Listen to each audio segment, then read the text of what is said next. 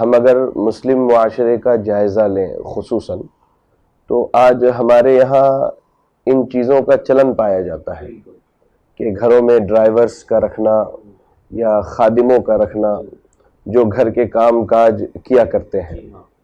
لہذا اس مناسبت سے یہ یاد رکھنا چاہیے کہ اگر یہ ڈرائیور اور یہ کام کرنے والا محرم ہے تو اس کے سامنے تو بلا حجاب بلا نقاب آنے میں کوئی حرج اور قباحت کی بات نہیں ہے،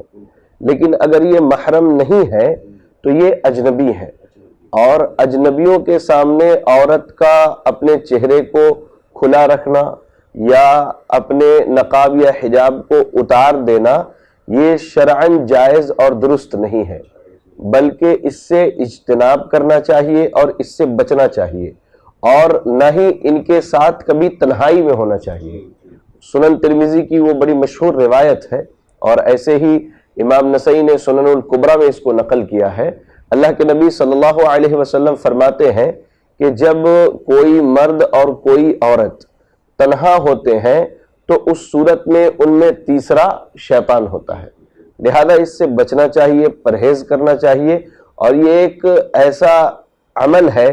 کہ اگر اس سے نہ بچا جائے تو ممکن ہے کہ بہت بڑا فتنہ ہو، کیونکہ اللہ کے نبی صلی اللہ علیہ وسلم کی وہ بڑی مشہور اور معروف حدیث ہے، آپ کہتے ہیں کہ میں مردوں پر اپنے بعد سب سے زیادہ عورتوں کے فتنے سے ڈرتا ہوں۔ لہذا اس قسم کا اگر ماحول ہے کسی کے یہاں تو انہیں چاہیے کہ احتیاط کرے، پرہیز کرے، اپنے ڈرائیور کے سامنے، اپنے نوکر کے سامنے چہرہ کھول کر یا بلا حجاب کے ہرگز نہ آئے، شریعت نے اس سے منع کیا ہے۔ اور مزید ویڈیوز کو دیکھنے کے لیے آپ ہمارے YouTube چینل کو سبسکرائب کریں۔ فجزاکم اللہ خیرا۔